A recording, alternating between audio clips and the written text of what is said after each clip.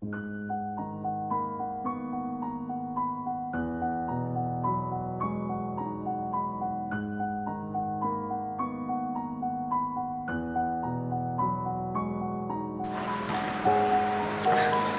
is a human condition. As reason exists in us, so does madness.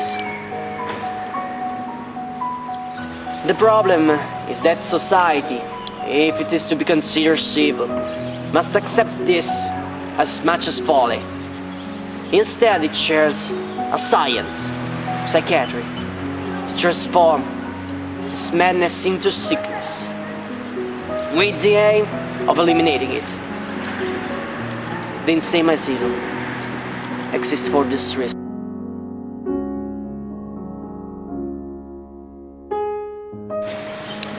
Well, this is what Franco Basaglia said in the 1967.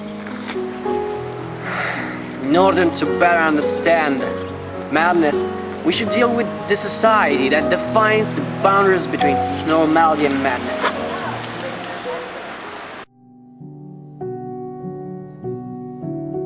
Studies on the national level that have been made by the Psychiatry Department of Naples University show that in the last 15 years, the Italian population has increased their acceptance towards people with mental problems. While it was found that in 1998, 40.5% of the population responded no to the question, would you marry someone who was mentally ill? Nowadays, 60% of the population accepts the possibility of marrying a mentally ill person. It can, however, be further proved as evidenced by the same data in our survey, The Territory, where it was found that 64 out of 100 people believe that those with mental illnesses are dangerous. Under a medical point of view, the situation is different. From a medical psychological point of view, the classification of mental sicknesses is very complex and often statistical systems aren't enough. For example, some artists or psychopaths in some societies are defined mad, in others they are viewed as normal people with a behavior that sometimes could be wrong.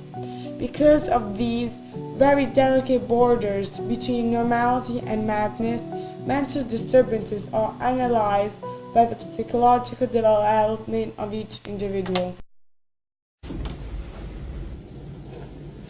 Well, you know, I've been observing you here now for the last 4 weeks, and I don't see any evidence of mental illness at all. And I think that you've been trying to put us on all this time.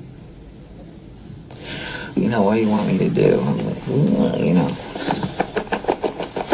You know what I mean? Is that it? Is that crazy enough for you? Want me to take a shit on the floor?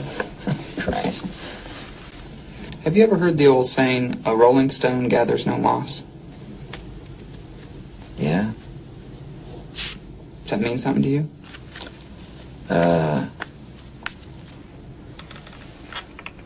It's the same as don't wash your dirty underwear in public.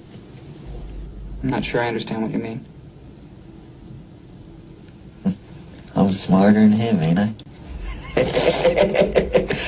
Well, that sort of has always meant is, it's hard for something to grow on something that's moving.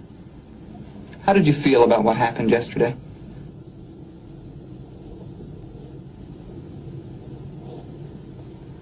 Well, you want to kill, you know what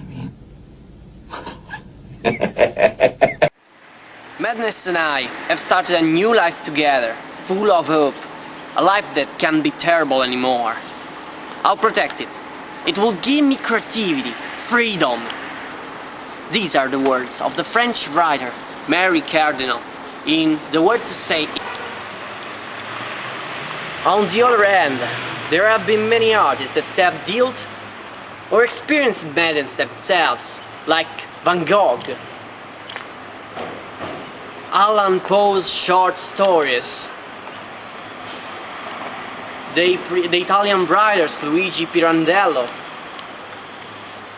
or Aldo Merini. However, all of these artists succeeded in communicating to us a different outlook of mental illness or madness, or as you want to define it. Sometimes, thanks to their madness, they left us marvelous works of art that should let us understand how each similarity and each problem must be accepted as a chance of growth for us and for others.